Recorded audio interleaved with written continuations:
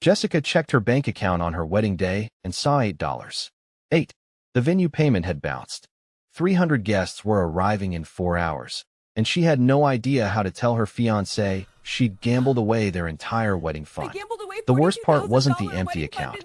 It was the browser history she'd have to delete before anyone saw it. 57 tabs open across 3 different online casinos. Her fingers had been clicking that spin button at 4 a.m. while Derek slept peacefully beside her, dreaming about their future. She'd told herself just one more bet would win it all back. That was $6,000 ago.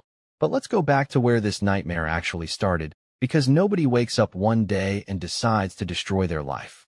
6 months earlier, Jessica Romano was living what looked like a perfectly curated existence. Marketing manager at a tech startup, engaged to her high school sweetheart, a modest but growing savings account with $42,000 earmarked for their dream wedding. Her mom called her the responsible one compared to her chaotic siblings. The first bet happened on a Thursday afternoon during a boring Zoom meeting. A targeted ad popped up. Win up to $500 in your first hour. The graphics looked fun, almost like a video game. She'd never gambled before, never even bought a lottery ticket. But she'd been stressed about wedding planning, drowning in vendor emails and seating charts, and something about those flashing lights felt like an escape hatch. She deposited $20. Just 20, she promised herself. A little harmless fun during lunch. Within 15 minutes, she'd turned it into $90. Her heart raced. This was easy. This was exciting. This was the first time in months she'd felt anything other than wedding planning exhaustion. She cashed out, felt proud of her $70 profit, and figured that was that. 3 days later, she logged back in. Just to see. Maybe catch that rush again. This time she deposited 50. Lost it in 10 minutes. The sting of losing felt worse than the high of winning felt good. She deposited another 50 to chase that loss. Won back 75. The emotional roller coaster was intoxicating. She told herself she'd stop at $100 profit. She hit 98 and lost it all on the next spin. By week 2, she had the app on her phone. She'd sneak to the bathroom at work and play a few rounds. Waiting in line at Starbucks, she'd bet on digital slot machines. During commercial breaks of shows she watched with Derek, she'd excuse herself to check her email and instead watch little digital wheels spin away her money. The amounts crept up. 50 became 100. 100 became 250. Month 2 was when the wedding fund became collateral damage. She'd had a particularly bad week, down $1,800 across multiple sessions. That voice in her head, the one that sounds reasonable but absolutely isn't, whispered a dangerous idea. You have $42,000 sitting there doing nothing. Borrow $2,000, win back your losses, replace it before anyone knows. She transferred the money at 11 p.m. on a Tuesday. She lost the $2,000 in one night. Sat on her bathroom floor at 2 a.m., mascara running, phone clutched in shaking hands, watching her balance hit zero. The panic was suffocating. She couldn't breathe, couldn't think. The only thought that made sense was winning it back. She transferred another $3,000, then another 2. Each loss demanded another attempt at recovery. The hole got deeper every time she tried to climb out. Derek noticed the wedding fund withdrawals during a routine check-in about vendor payments. Hey, did you already pay the photographer? I see $5,000 left the account. Jessica's brain went into overdrive. Oh yeah, forgot to mention it. She needed a deposit. Another lie stacked on the crumbling tower of previous lies. He smiled, kissed her forehead, said he loved how on top of things she was. The guilt felt like swallowing glass. By month 4, she'd burned through $31,000. $31,000 that had taken them 6 years to save. Money from birthday gifts and Christmas bonuses and sacrifice vacations. Every dollar had a memory attached, and she'd fed them all into an algorithm designed to take everything. The wedding was 8 weeks away. Vendors needed final payments. And she had $11,000 left to cover $63,000 in remaining expenses. She took out a credit card, told herself it was a temporary bridge, deposited $3,000, absolutely certain this would be the session that turned it around. She'd watched YouTube videos about gambling strategies, read forums about beating the system. In her desperation, she'd convinced herself she could outsmart mathematics. You can't. The house always wins. She lost the $3,000 in 40 minutes. 2 weeks before the wedding, she confessed to her sister Emma during a dress fitting.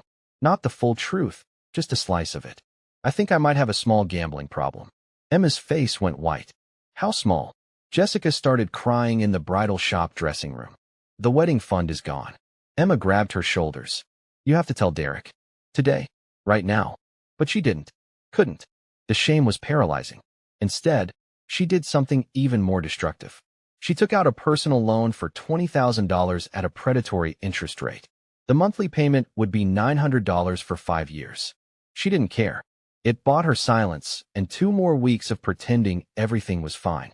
The loan money hit her account on a Wednesday. By Friday, she'd gambled away $12,000 of it. She wasn't even chasing wins anymore. She was chasing numbness. Every spin was a few seconds where she didn't have to think about what she'd done. The gambling had stopped being about money and started being about escape from the consequences of gambling. Which brings us back to that wedding morning. $8 in the account. Venue payment bounced. Derek's mom calling about the florist saying their check hadn't cleared. Jessica locked herself in the bathroom of their hotel suite, dress hanging on the door, makeup half done, and finally hit bottom. She didn't tell Derek. Not that morning. She called her dad instead. Her dad who'd struggled with alcoholism in his 20s and been sober 30 years. She told him everything through hysterical sobs. He didn't yell, didn't judge, just said 6 words. I'm on my way. We'll fix this. He drove 3 hours, arrived with a check for $60,000, money he'd been saving for retirement. You'll pay me back, he said. But today you get married. The wedding happened. It was beautiful. Jessica smiled in every photo while dying inside. During their first dance, Derek whispered, "Happiest day of my life." And she nodded while planning how to confess during their postponed honeymoon. They'd delayed the trip due to work commitments. Reality was, they had no money for a honeymoon because Jessica had gambled it away. If you're still watching, thank you, because this is where the real transformation starts. 2 days after the wedding, Jessica told Derek everything.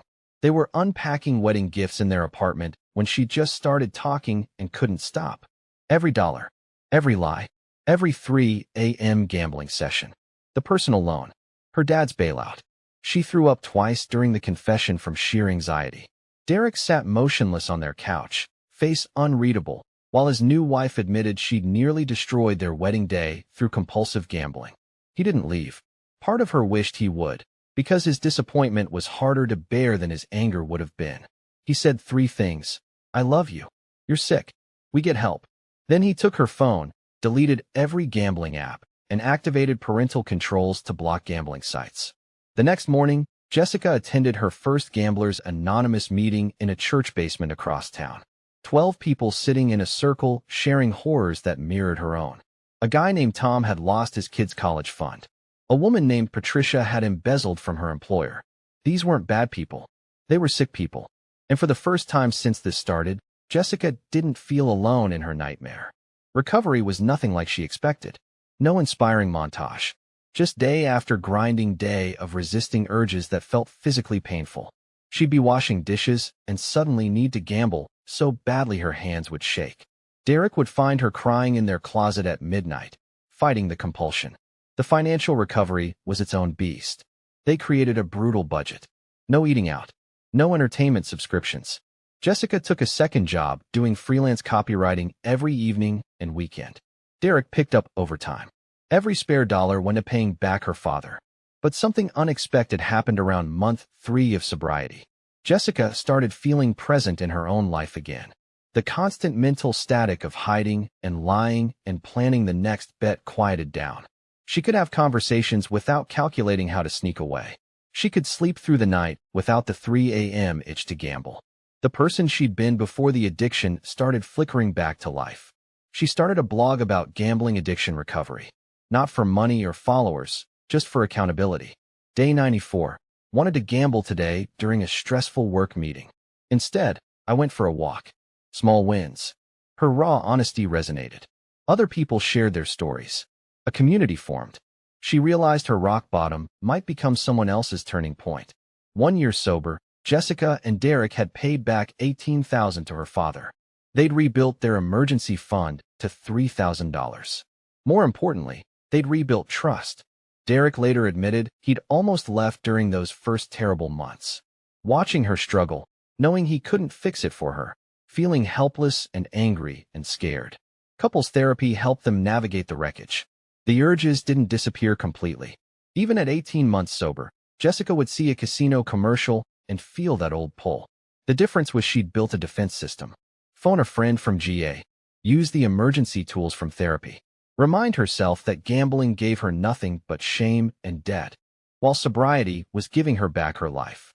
2 years after that disastrous wedding morning, Jessica paid the final installment to her father.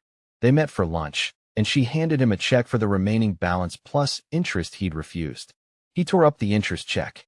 "Your sobriety is interest enough." They both cried in that restaurant while strangers pretended not to notice. Here's what Jessica wants people to know, and why this story matters to you watching right now. Addiction doesn't look like what you think.